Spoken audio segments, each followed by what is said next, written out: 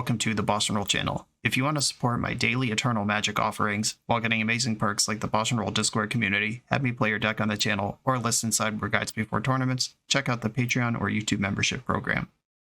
This channel is possible because of these amazing sponsors. Check them out, all their links are in the video description. As always, thanks for being here. Let's go play some Magic. Welcome back to the BoshNRoll channel. It's time to talk about the long-awaited June 30th Ban and Restricted update. Here we are on the official article written by all of these nice people from Wizards of the Coast. I see here Standard got 7 cards banned, and there were no changes to any other format. Well, since this is a Legacy channel, nothing to talk about. Thank you all for watching. I will see you next time. Be sure to like, comment, subscribe. JK, I'm still here. We are going to talk about it, even though nothing happened. Okay, let's get serious here. Okay, obviously it is jarring to see this, at least the Legacy one. The last episode of the Eternal Glory podcast that I co-host, we went into all of the other formats that are not Legacy and pointed out places where each of them had their concerns or weaknesses that maybe could be improved on. The episode before that, so 2 episodes back, was entirely based on Legacy. There we laid out a full hour of our thoughts on that subject. If you want to go listen to that to see what we were thinking 3 weeks ago versus what I'm going to talk about now, here we are. But this isn't the whole story. Let's at least read the paragraphs that Wizards of the Coast gave us. Here, the first one is Standard, and I'm not going to go into a lot of detail about everything that's not the purview of this channel, which is normally Legacy and beyond. We've got from Carmen Klimperins, welcome to our mid-year Ban and Restricted announcements of 2025. The previous update to the Ban and Restricted list focused on changes to Modern and Legacy with massive upheaval for Pauper, but for this announcement, we're shining a spotlight on Standard. I find this a weird way to kick off this article. Obviously, I mean, I care a lot about Legacy, and that's where I wanted to see changes happen. But, and I'm probably reading this in the least charitable way possible, and I know I'm biased, of course I am. We all have our places that we come from and things we care about. But this makes it sound like because we did so much in Standard, we're not going to do anything anywhere else. What, Standard and Legacy can't get a shakeup on the same weekend? Like, what does this mean? Does it just mean there is no news in these other things, but we have a lot of news for Standard? Because it reads like, yeah, we shook up these other formats last time, now we're going to do the other one. I don't know. I already don't really care for that. But this is the window where Standard can be shaken up. They call it early rotation, I think is what they've branded it, where Standard rotates every 3 years, but once a year, they give themselves a window to really shake things up. And unless there is a 5-alarm fire in between those 2 annual early rotation moments, they will leave it alone. And we're in that window, and boy, did they hit it. I'm so jealous seeing all of this. Modern got this treatment earlier this year where the format changed by like 10 cards in one ban announcement. This one just changed by 7. I'm not going to read all this because we don't really follow Standard that closely on the channel, but all of these bans seem like things that people have been asking for and make a lot of sense to me from my perspective. Let's go to Legacy first. Now let's do Modern first. Let's build up to Legacy. Okay, Modern. Because this one also has an interesting thing in it that has me concerned for the future. The next ban update is in November, which is after the US Eternal Weekend and right before, like a few weeks before the Europe Eternal Weekend and about a month and a half before the Japan Eternal Weekend, or 1 month before Japan, I think. Yeah, it's like October, late November, mid-December are the 3 Eternal Weekends. So we're going to have the next ban update right in the middle of Eternal Weekend season. And that brings me to this paragraph. We previously announced that there would be no changes to Modern during this announcement window due to the ongoing Modern RCQ season. Okay, so this was a problem last year because Nadu was released right in the middle of the Modern RCQ season, and they didn't want to ban people's decks that they were actively trying to qualify for the Pro Tour with during the middle of a season. If Modern is an active RCQ format once or twice a year, does that mean Modern won't get bans during half of the available windows where that format could be managed? I think that's weird, and it also gives me some strange concern that I think is shared by a lot of other people who I've talked to, that they're not going to update Legacy, even if it desperately needs it, in the middle of Eternal Weekend season.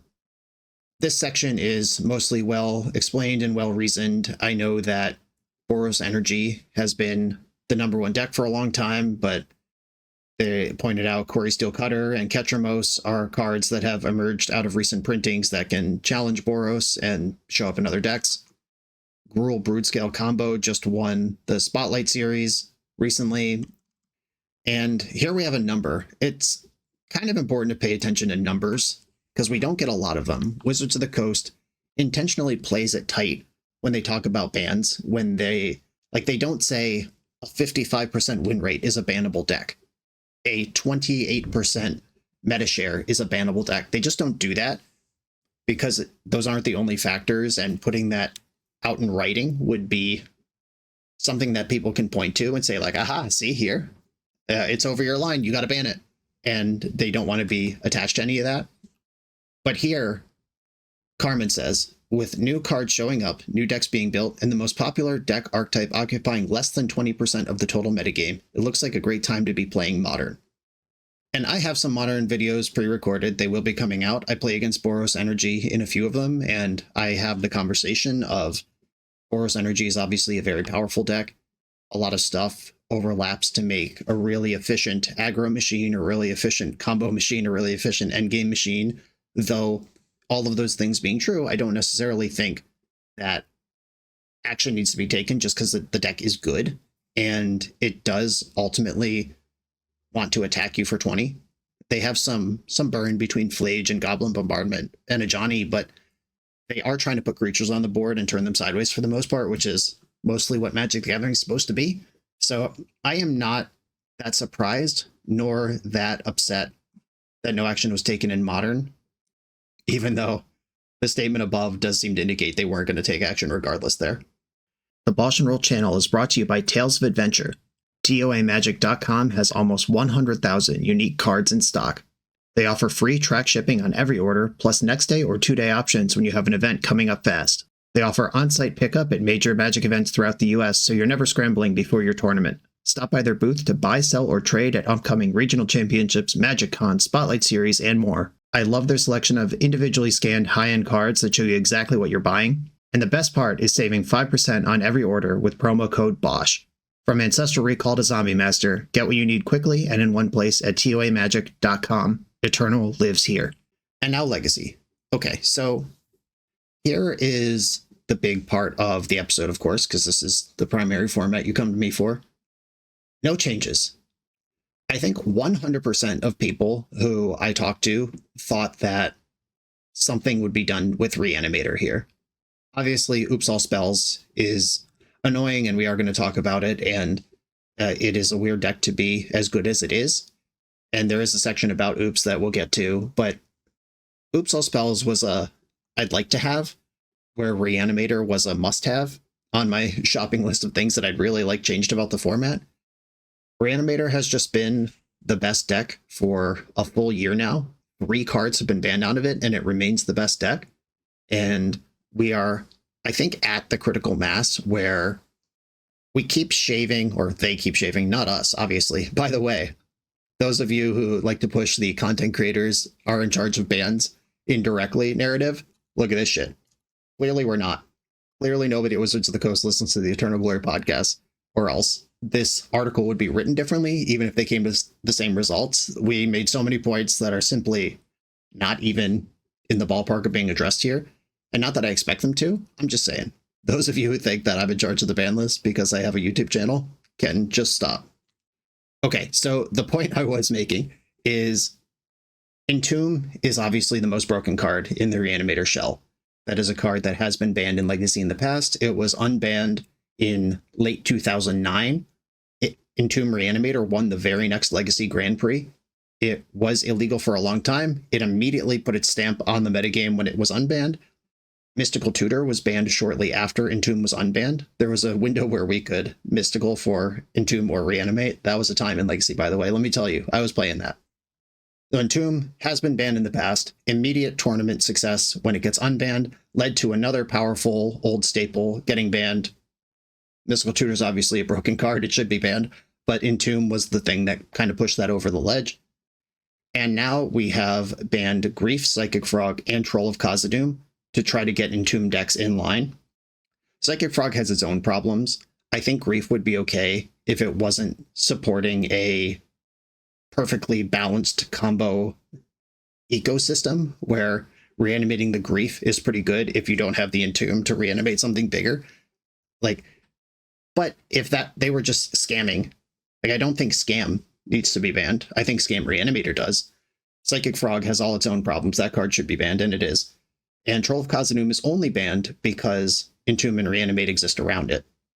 The next things you could do to slice some power off of the card Entomb without banning the card Entomb, Reanimate is the 1-mana way to get the thing back. If they have to play Animate Dead, Shallow Grave, Dance of the Dead, Exhume, just the worst versions of Reanimate, the deck would be slightly worse, but still largely exist intact.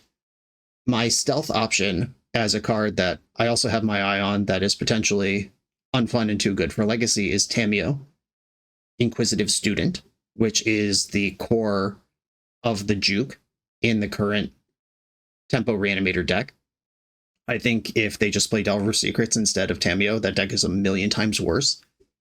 So those were thoughts that I had floated on the Eternal Glory podcast.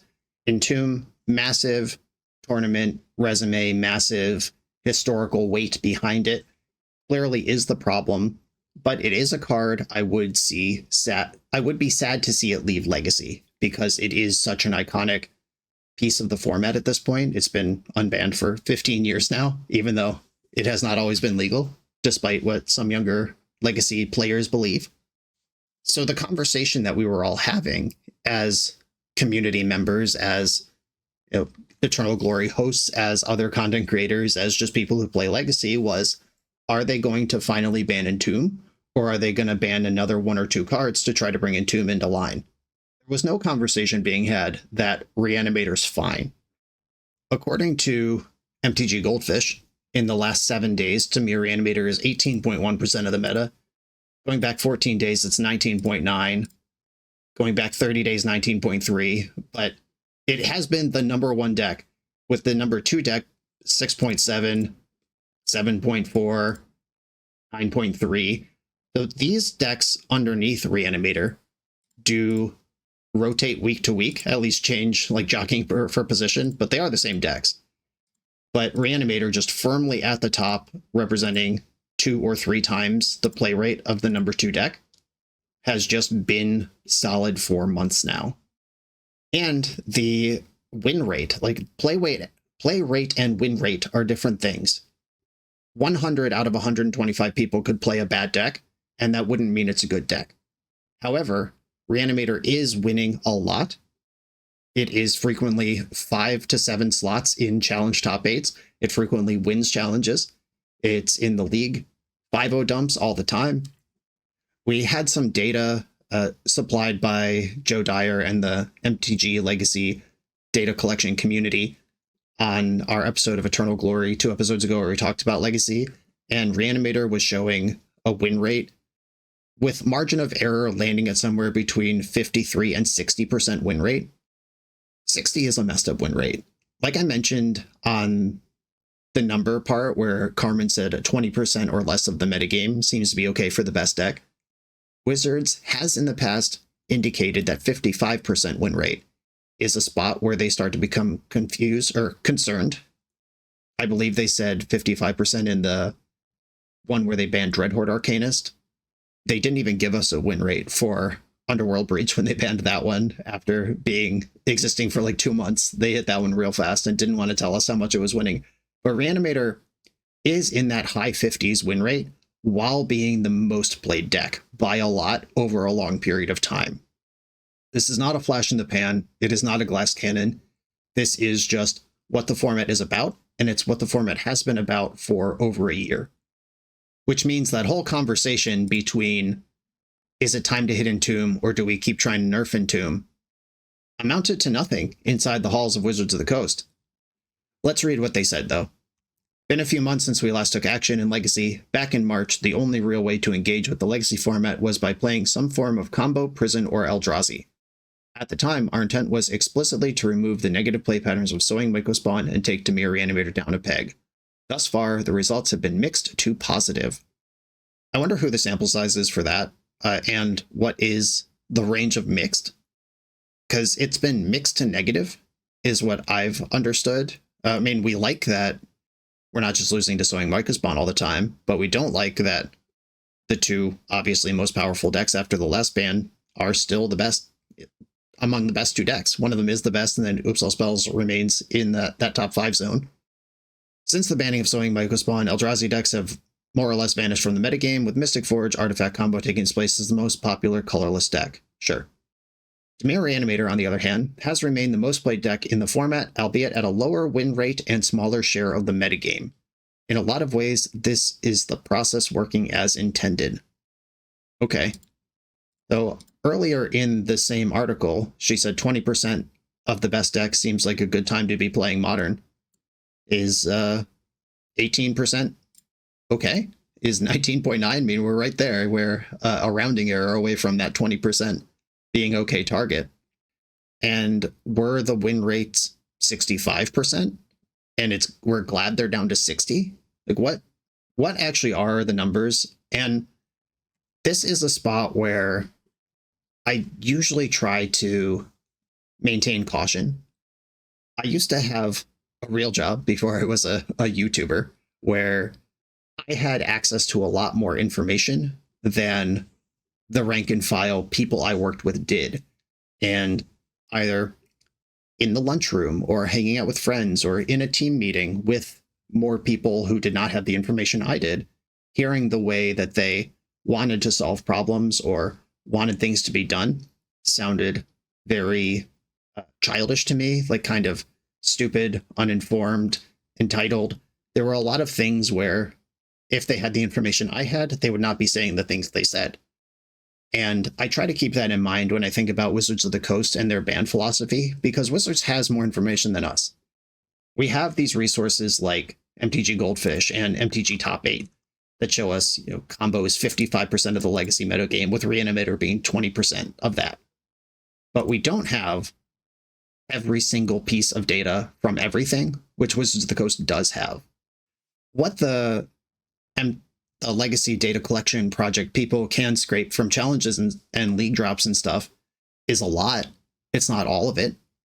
Are these win rates the low end of the margin of error according to those calculations? Is this like a 52% win rate deck? Is it down from 71? Or is it a 60% win rate deck that's down from 65 and somehow that's a win? We don't actually have all that information, but this deck, being the number one deck as long as it is, boasting the win rate, boasting the play rate, all of which seeming really awful, it is tough to read this sentence and feel like anyone in the room has played Legacy in the last year. The next paragraph, also pretty important. We didn't get a lot of paragraphs, so each one is pretty important. We gotta find whatever we can in here. Ultimately, Eternal formats are a place where people want to feel like they can put a bunch of time into collecting all of the cards for a deck and know that it will be viable for a long time. Given that the most recent Legacy showcase on Magic Online had an extremely diverse top 8, with the lone copy of Dimir Reanimator going out in the quarterfinals, it feels like Legacy players have directions to go if they want to be successful without playing Days and Entomb together. This is such a weird thing to type. And I want to be clear. I think Wizards of the Coast does a great job making and managing Magic. I think Carmen specifically is really good at her job. But I'm going to have a lot of problems with these paragraphs as we go through them. Spoiler. Given the most recent Legacy showcase on Magic Online had an extremely diverse top 8. So now we are citing individual standalone events.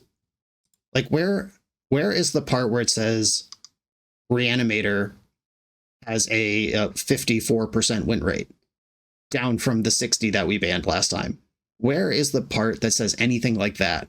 Instead, we get a link to this top 8 from a recent Magic Online event, a singular event in recent history. An event where even the very next sentence says was top 8'd by Dimir Reanimator, but it lost in the quarterfinals. So it feels weird to me to cite an individual event, and then it feels even weirder to cite one game, one match, to say that, despite this diverse top 8, it did contain Reanimator. They did lose in the quarterfinals. What does that mean? Anyone can lose any game of Magic they play. What are we talking about? This data set is so small, and I was just talking about how we're talking about small data sets anyway, and I don't know, this feels cherry-picked, and I don't know, it just feels like nothing was said here. And given what I just said about this being the one entity on planet Earth who has all of the information with which to make these decisions, kind of hand-waving us to one recent event and its relatively diverse top 8 that still contained the problem deck, feels like a brush off. This video is sponsored by Moxfield.com, the easiest way to build Magic decks online. Moxfield supports over 30 formats, including Legacy and everything else you'll see on this channel. There's multiple customizations so you can interact with your deck how you want. Views such as text, grid, or stacks, and groupings like type, subtype, color, color identity, even artist. The site offers light mode, dark mode, and so much more. However you want to see your deck, Moxfield can provide it for you. Follow my Moxfield to keep up with the channel and what I'm playing in paper. I'll see you there. And then this last sentence, it's hard for us to disentangle if the reason that Dimir is showing up at a high rate is because it is the best deck, or if Legacy is delivering on its promise of allowing players to play with the same cards year over year. Does that mean nobody has owned a Volcanic Island for 3 years? Like, what? Dimir specifically being the best combo deck and the best tempo deck, or as long as that has been true, do they think people just bought Underground Seas instead of Tropical Islands 2 years ago, and this is the fruit of that labor? No, of course not. That doesn't even make sense to say. And let's look at one of these decks real quick. This deck list. If Entomb were banned, you would lose the card Entomb, which according to MTG Goldfish is $50 worth of value. And these are not trivial amounts of money, but we have to be speaking relative to the $3,869 price tag of this deck. We are talking about Legacy. I mean, I know there are people who have their concerns about budget. What does budget mean? When I release a budget deck on the channel that doesn't have any reserve list cards, people are very mad that the deck is still like $700. It's like, well, we have to be relative to what we're talking about here. And okay, so we ban Entomb, $50 card gone. Entomb means that Reanimate, there's another $30, probably not in the deck anymore. Archon of Cruelty, we're up to $85. Atraxa, we're up to about $96. That is no longer played in this deck. Oh, the one Animate dead. Sorry. We're at about $100 worth of stuff that would leave the deck. Tameo Inquisitive Student, a problem in its own right, but $125. You're going to find another deck to put that in. It's okay. Brazen Borrower, that's in decks. Murktide Regent, it's the third most played creature in Legacy. You'll find a deck for that. Brainstorm, Fatal Push, Ponder, Thoughtseize, Daze, Force of Will, Fetchlands, Dual Lands, and Wastelands. I think you will find a home for these decks. I'm trying to imagine the person who owns $2,700 worth of Underground Seas and is like, oh no, I can't play Legacy because my $50 worth of Entombs were banned. I'm not buying it. Banning the card Nadu, I think, would take entire swaths with it of cards like Nomad's Encore, Shuko, Springheart Nantuko, Sylvan Safekeeper. There's a lot of stuff that goes down with Nadu if Nadu goes down, but this is just the best cards in Legacy, and the 10 or so flex slots within this shell are Entomb and Reanimate. You could even immediately start playing Dimir Tempo. A set of Nethergoyfs costs less than that set of Entombs, and now we have the whole deck. We're back. We're playing Legacy again. All of these cards are the same cards. maybe I'm just down a rant hole here. Maybe this doesn't make any sense, but it's how I feel in this moment where trying to deliver on the ability of people to play the cards that they've assembled is a reason to leave an unhealthy deck legal in the metagame, when all of the cards in this deck can just also be immediately ported to another top deck if people literally just want to play Legacy. And Entomb, Atraxa, Archon of Cruelty, all of these, like Archon is $5 anyway. Like that is a median level. Like that's a coffee at Starbucks, maybe less. Atraxa is a popular commander card. Entomb gets commander play. Reanimate is a multi-format staple. Like anyone who's allowed to play this card likes playing it. The cards won't become worthless if they're banned in Legacy, is what I'm saying. So you could still get quite a bit out of these if you have to flip them because you can't play them anymore. And then you just flip them into Nether Goyfs and off you go with Dimir Tempo. Weird sentence, weird to understand, but as someone whose job it is to understand the format and try to understand how Wizards of the Coast manages formats and then try to assemble points or at least thoughts about what might happen moving forward, it's a weird sentence to read and then try to make sense of. Okay, so I didn't like any of that.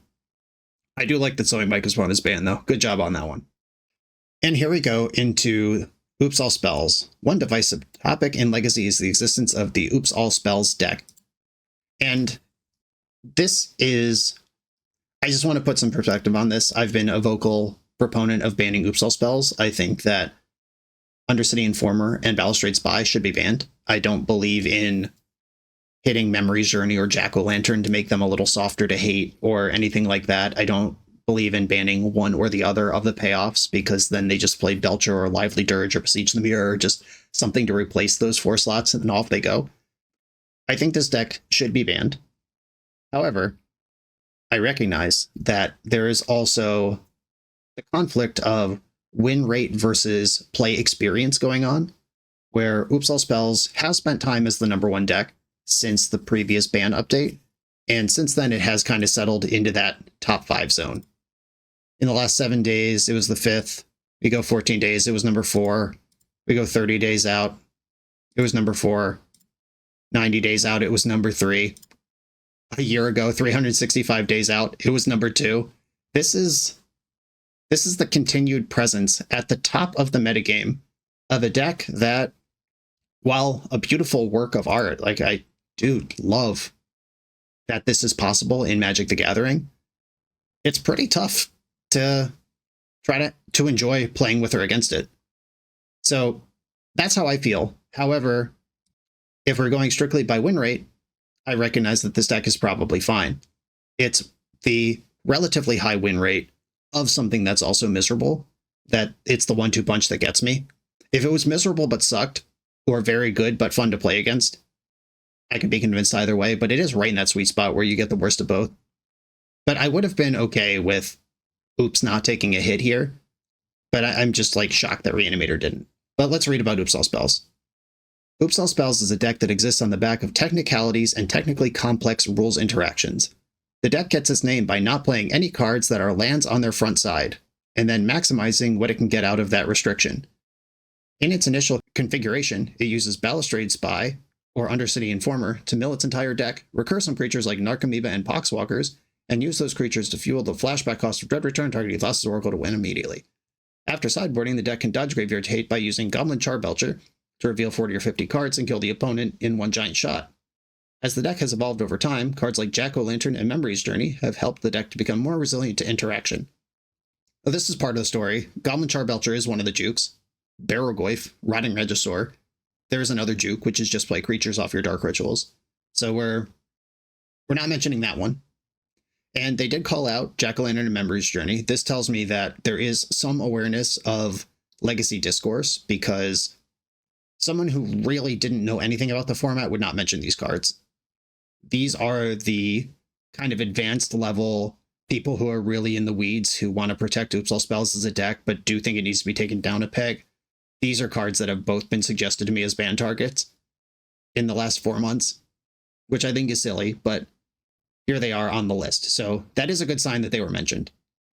To some, this deck can be particularly frustrating to lose to as it feels like it's abusing Magic's game engine more than it is playing a game of Magic. To other people, it's an illustration of why Magic's game engine is cool. The deck is doing a bunch of things that shouldn't be allowed and rewards having deep knowledge of the rules and cards in Magic. It puts us in a difficult position of trying to arbitrate whether we think it has positive or negative impact on the environment.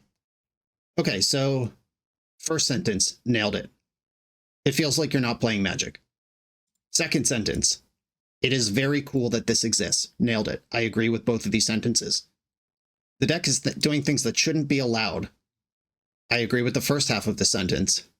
And the second half of the sentence is the one that I am most bothered by in the entirety of the announcement, and rewards having deep knowledge of the rules and cards in Magic. What does that mean? The play patterns of this deck are get to 4 mana and resolve one of the 8 creatures the deck is based on. That's it. There's Thoughtseizes in the deck. There's Pact of Negations in the deck. Once one person explains to you one time how Jack-o'-lanterns and Memory's Journey are part of the package, now you get it. Even if you don't immediately, you just have to see it once and it's like, oh yeah, this all makes perfect sense now. Does it take deep rules knowledge to trigger your Narcomoeba when it gets milled over? Does it take deep rules knowledge to bring your Poxwalkers back when you Cabal Therapy someone? Like, literally, what are we talking about? What deep knowledge of the rules and cards is being tested here? Does it require deep knowledge of the rules and cards in Magic to resolve Show and Tell with an Atraxa in your hand? And now what if all you had to do was resolve the Show and Tell and you didn't need Atraxa in your hand? Because that's what's being rewarded in Oops All Spells. It's count to 4, resolve the thing my deck is based on. End of story. I think this could have been a reasonable thing to say 2 years ago. Oops All Spells used to be very cool. The Belcher decks of the olden days, 1-land Belcher that used land grant to find the 1 Taiga in the deck. Like, those were really interesting things that required knowing how to sequence a bunch of stuff and when to go for the Belcher versus when to just empty the Warrens for 12 goblins and see if it gets there to play around like the pinch point Force of Will. There were things that were interesting about these all-in style decks in the past, but that hasn't been true basically since Modern Horizons 3 came out. Let's look at this deck real quick. The deck gets its name by not playing any cards that are lands on their front side. On their front side, doing a lot of work here. The deck gets its name by not playing any cards that are lands. That is a cool thing that a bunch of decks in the past have been based on, and that is actually cool and requires some anti-magic type of thought to get there. But on their front side, all right, Oops All Spells, first place 7-2 in the recent Legacy Challenge as of today. This was on 6/18. I'm recording this on 6/30, so this is a little while back, a couple weeks old, but first place in a challenge. Cards that are lands. Boggart Trawler, 4. Disciple of Freyalise, that's 8. Agame's Awakening, that's 10. Fel the Profane, that's 14. There are 14 lands in this deck. They're not lands on the front, but they're lands. Short of getting duressed and someone taking them, they have all the function of a land in your deck. In fact, more function, because sometimes you just cast Boggart Trawler and get to work. If your opponent has a Leyline of the Void or something, just the beatdown plan is in the deck. Sometimes Fel the Profane actually kills an Archon of Emeria or a Containment Priest or something. These are not only lands, they are frequently better than lands. And there's 14 of them. Let's scroll way down in the metagame and find some terrible deck called the Epic Storm. And I am tongue-in-cheek by calling this a terrible deck, because the Epic Storm for quite some time was the platonic ideal of a Legacy combo deck. I believe this was one of the best decks in Legacy a year and a half ago, certainly 2 years ago. If you wanted to play combo, this is kind of how you did it. This build, I mean, this is a Scaponi build, 13 lands. That is less than the deck that doesn't play lands plays. Another build with a very different mana base, this one has 12, less than the deck that doesn't play lands plays. And here's a really traditional fetch land, dual land mana base build of the deck. 12 lands, less than the deck that doesn't play lands plays. So I'll go back to my question. What deep knowledge of the rules and cards is being tested here, other than knowing that modal double-face land spell cards exist in Magic. We are not playing Magic without lands. We are not taking any real deck building risks here. This deck has more interaction and more lands than Storm does. But it's faster than Storm and has fewer interaction points. I don't know. I'm just very insulted by this particular sentence the most. It reads like this sentence was directed at someone who is new to Magic, which Wizards does have to take the entirety of the continuum of people who might read this article, who might click on magic.wizards.com and click into this and read it. And I guess if you just bought your first packs of Magic during Final Fantasy because you're a big fan of Final Fantasy, then understanding this deck is a bit of a stretch. But if you've played 10 games of Legacy in your life, you've probably played against this twice. And I would say, even if coming to this deck list, finding the card Jack-O-Lantern, like deep cut, weird card, but somehow the perfect thing that they needed for their deck, finding the card Jack-O-Lantern to turn on the Memory's Journey, a blue card with a green flashback cost out of a mono black deck. If that's what we're calling deep knowledge of the cards that exist, I can agree with that. But this has been close to stock for 6 months now, 8 months, 9 months. It was the best deck in Legacy, or second best deck in Legacy, 365 days ago, according to MTG Goldfish. So what's being tested here other than your ability to have someone explain this to you once, and now you know how to count to 4 and resolve one of the things the deck's based on? I don't like this at all, and this feels extremely insulting to the people who this applies to most. It applies to the people who this announcement doesn't apply to, and it's extremely belittling to the people who this applies greatly to. And the final paragraph, unlike other archetypes, so much of why this deck exists is because of one-of-a-kind cards that run the risk of killing the deck completely if we were to address the archetype. For now, the deck is showing up at a range that is acceptable for decks in the format and has a win rate that is within permissible ranges, which has us reluctant to make a change. Given the strong negative reaction some players have to playing against this deck and how hard it can be to adapt to, the bar has to be clear for us to take action against. It is lower than some other decks, but for now, we're happy to let such a unique deck have a place to exist within Magic. So they are aware of the problems and the positives, both the good and bad things that I've said about Oops All Spells for the last year are all present in this paragraph. I also just don't think this sentence is correct, though. One-of-a-kind cards that run the risk of killing the deck completely if we were to address the archetype. First of all, I don't think the archetype needs to be protected, as I've said. If you want this type of all-in play pattern, like live and die by the sword, turn 1, here we go. Belcher exists in various forms. Necro Dominance combo, that's an exciting new deck. You want to push new cards into the metagame. Have all these Dark Ritual, all-in Pact of Negation gamers adopt Necro Dominance combo. There you go. We've solved it. But just looking at the list, if we wanted to hurt this deck without killing it, Poxwalkers was a big card that upgraded this deck. Jack-O-Lantern and Memory's Journey, as mentioned by other people and this very article, these cards would make this deck worse without killing it.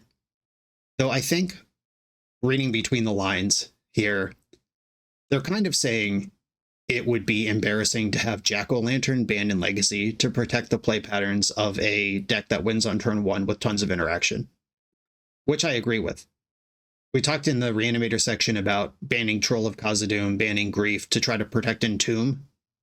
I don't think Balustrade Spy has the same awe-inspiring Legacy Magic feel as Entomb does if we want to protect something.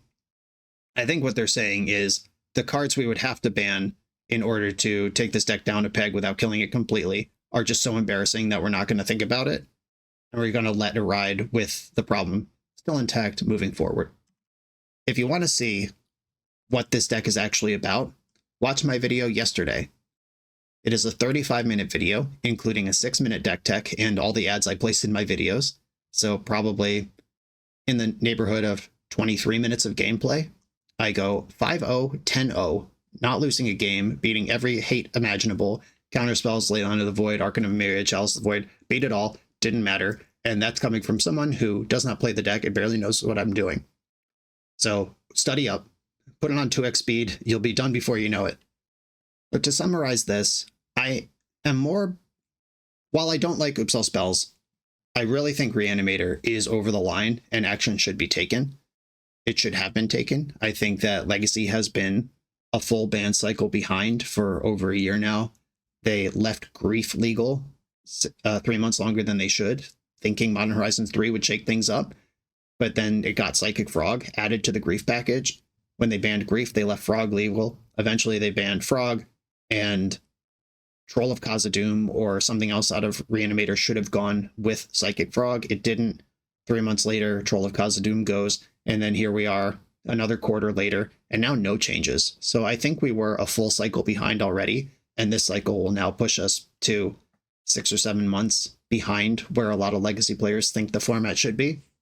And this write-up does not give me a lot of confidence that they actually know what they're talking about, which is the opposite of how I felt in the past.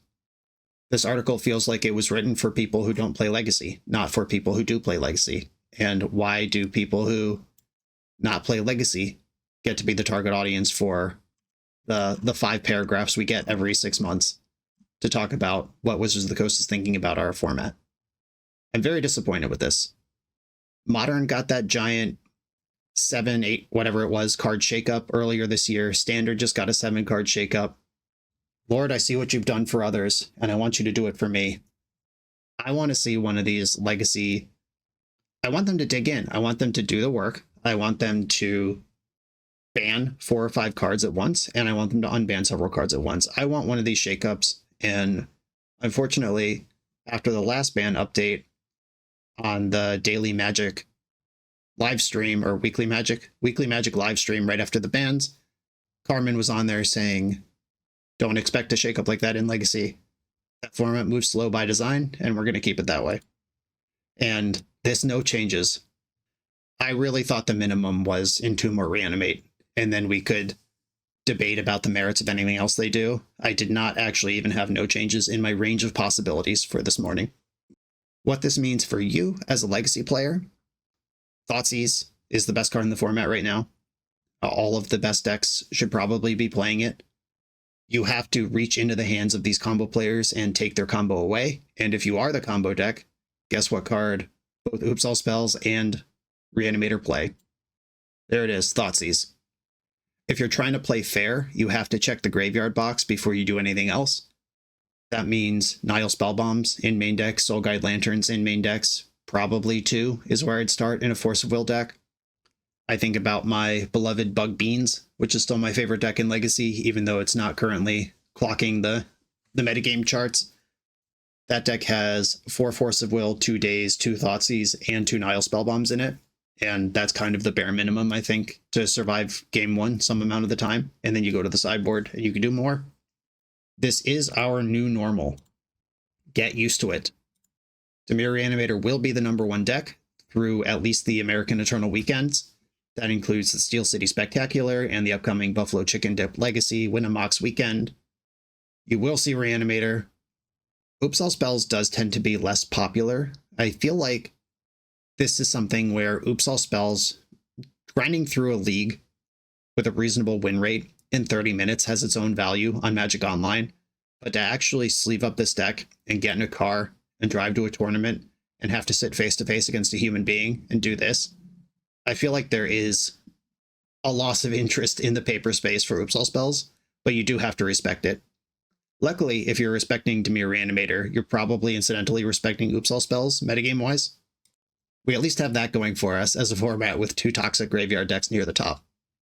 What this means for me playing Legacy moving forward, basically nothing. I have things that I want done, but I love Legacy. I still love Legacy. I will play this format. I'll find edges to beat Reanimator and Oops All Spells with the decks that I like to play. Maybe I'll just register Reanimator or Oops All Spells myself if I truly believe they're the best thing.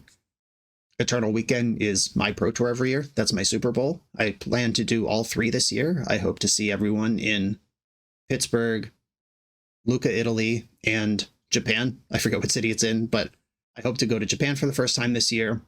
This ban list, there will not be less legacy content from me on the channel. I will not cancel any trips that I had planned. I am going to be playing Legacy, and within the framework we have, I will do my best to figure it out, as I always do. I think I've said enough about that. I'll talk a little bit about Vintage because I am also pretty invested in this format. It's an Eternal Weekend format. I'm just coming off the NYSE Open. The Steel City Spectacular is coming up. Lots of Vintage to be played. No changes. During the last update to the ban restricted list, serious discussion around possible banning of Lurrus of the Dream Den for power level reasons. With PO-fueled artifact decks being the most popular way to play the Cat Nightmare, the rest of the format has begun targeting that archetype more pointedly to reasonable success. First of all, that's not really true. Lurrus Control is still the best and most played Lurrus deck. This thing happens, though, on MTG Goldfish, where Esper is broken out from Dimir, but these are the same deck. One of them is just splashing for Lavinia and Swords to Plowshares, and the other isn't. So you have to combine the metagame share, and if we toggle for 7 days, we've got 15% of the meta versus just under 14. Lurrus Control is the best performing Lurrus deck, and it's the most played Lurrus deck. The Lurrus PO deck is just new and flashy, and really awesome. And I don't blame anyone for thinking it's the most played deck, but it is simply not. And it's also not the most winning deck. That still belongs to Lurrus Control. But back to this, Mono White Initiative with Clarion Conquer. That's an exciting new card. Has fair share of winning the last few months. Mishra's Workshop decks have pivoted away from combo and back to traditional Sphere of Resistance builds. And for now, feels like Vintage players are exploring ways to exploit deck building restrictions Lurk places on its owner and the incentives she forces in deck building. Not to mention, there's an extremely powerful 3-mana permanent coming with Edge of Eternities that we previewed at MagicCon Las Vegas.